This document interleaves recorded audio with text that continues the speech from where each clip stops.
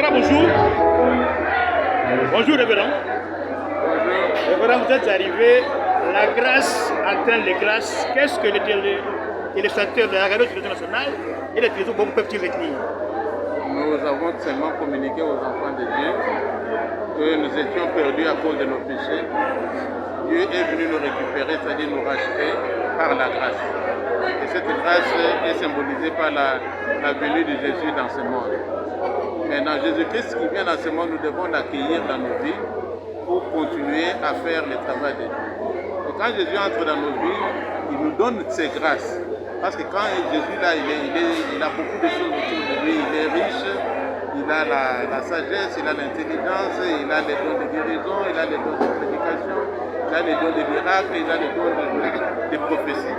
Et ces dons-là, quand il vient, il entre dans notre vie, il dépose quelques dons en nous pour que nous ayons un trait de communication entre lui et nous.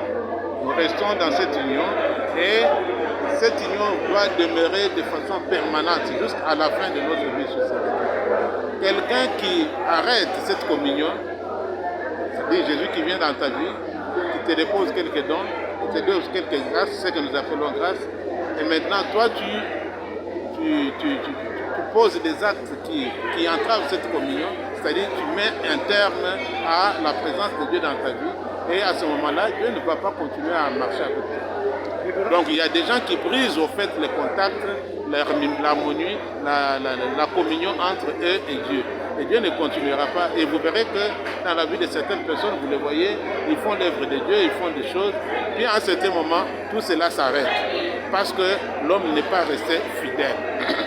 Donc nous invitons les enfants de Dieu à demeurer dans la fidélité par rapport à Dieu, dans la sanctification, à être des imitateurs finalement de Christ jusqu'à la fin de leur vie.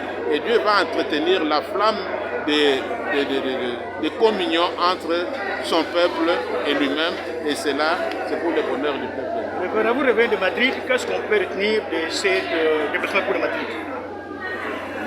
Bon, nous sommes venus de Madrid. Madrid, ça a été une expérience enrichissante parce que c'était une fois c'est un lieu où les gens viennent avec les opportunités d'affaires qu'ils présentent, qui peuvent être acceptées par les partenaires, les gens avec qui vous êtes dans la foire. Et cela a été intéressant parce que ça nous a permis d'exposer ce que le Congo est aujourd'hui. Vous savez qu'en République démocratique du Congo, nous sommes en train de vivre une ère nouvelle.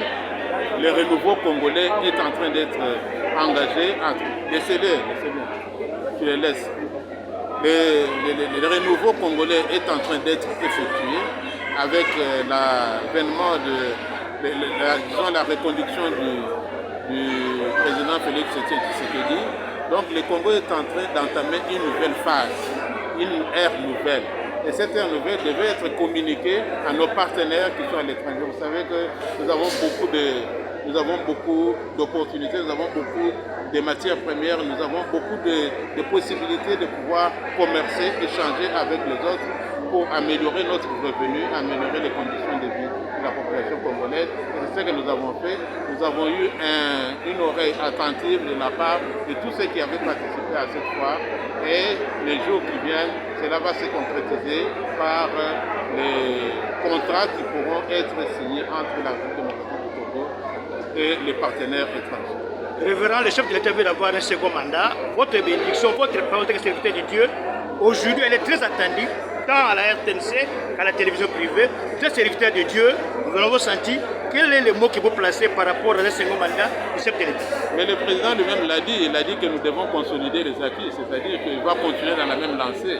Et nous avons l'assurance qu'en continuant sur la même lancée, nous irons de progrès en progrès.